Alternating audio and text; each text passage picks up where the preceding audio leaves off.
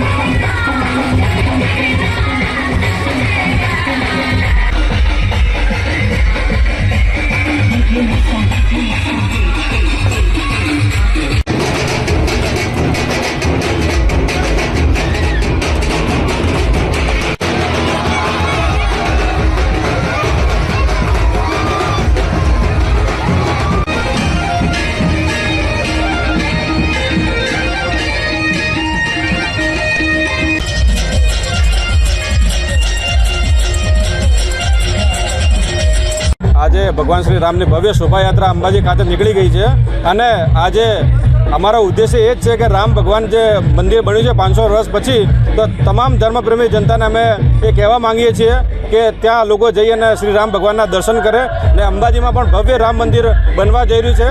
ટૂંક જ સમયમાં એ પણ બની જશે અને એની ધૂમધામથી અમે પ્રાણ પ્રતિષ્ઠા કરીશું.